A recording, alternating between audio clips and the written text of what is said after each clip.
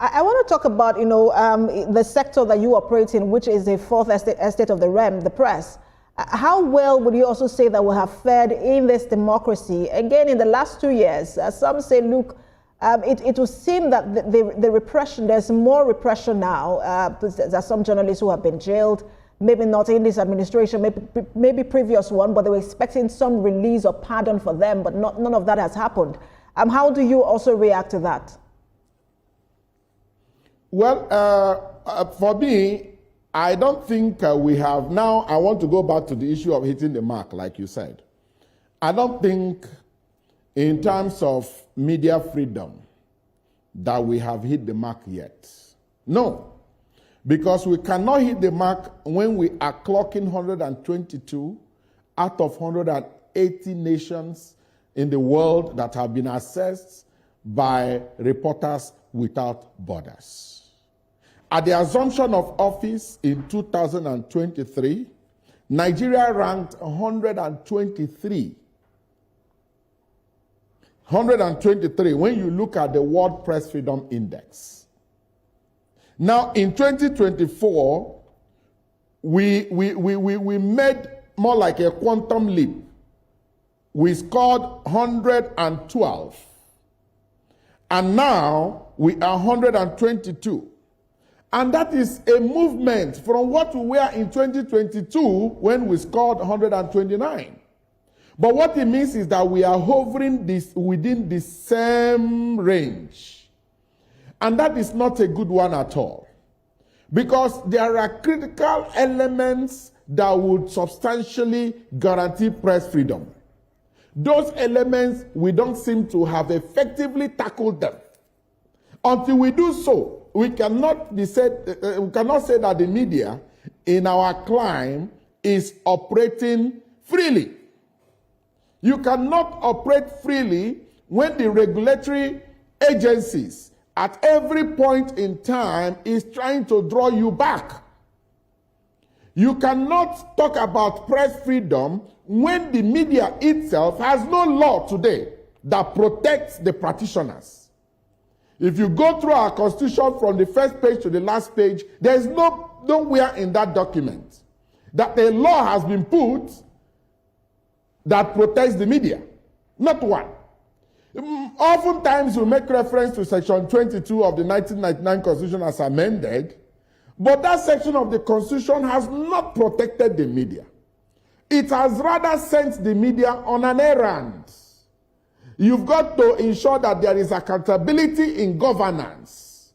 If we're going to have good governance, if we're going to have transparency in the system, that the media must have to live above board. Ensure that.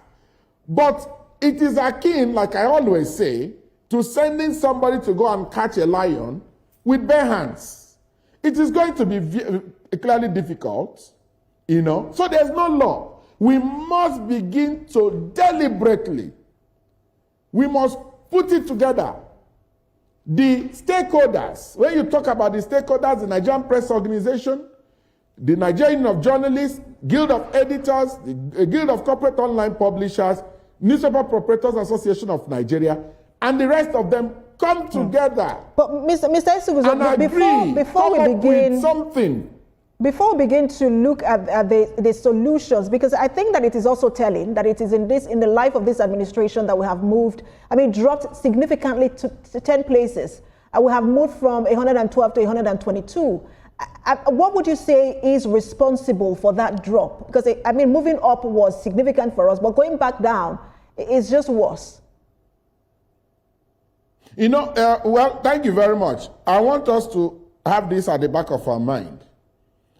At the assumption of office, Mr. President inherited a ranking that placed us on 123. That was in 2023. And today, we are 122. In 2024, we were 112, within the life 2-year mark of the administration. We jumped 9 places, and we went back again. Now, I'm going to tell you why. We have the Cybercrime and Prohibition Cybercrime Prohibition Act of 2015, which has been reviewed, amended in 2024. As we speak, we know of a number of media practitioners that have been incarcerated, that have been arrested, that have been harassed, intimidated on account of this piece of legislation, which in itself is not, if you go through the letters and the spirit of that legislation, they don't conform with the letters and spirit of democratic governance. They don't conform with the letters and spirit of good democracy. And the political actors, the politicians, political office holders at the end have tried to manipulate this piece of legislation to their own advantage. And every journalist, once you spew a little thing, they grab you. And if you take a record of what the number of people that have been caught in the web of this, on account of this piece of legislation, between 2024 and date, there are so many. We saw a group of journalists that were clamped in detention, thrown to jail in Lagos, on account of publications they have made via their online platforms.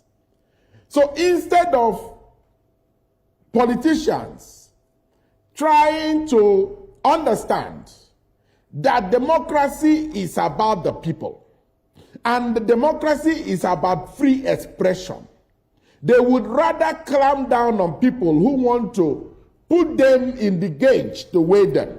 They don't want to be weighed. And that's why the thing jumped from 112 to 122 and may continue to jump higher. We must have to come to that. Just hold on. But I want to bring in Mrs. Said Ajadi, who is a political analyst, policy analyst, to join the conversation.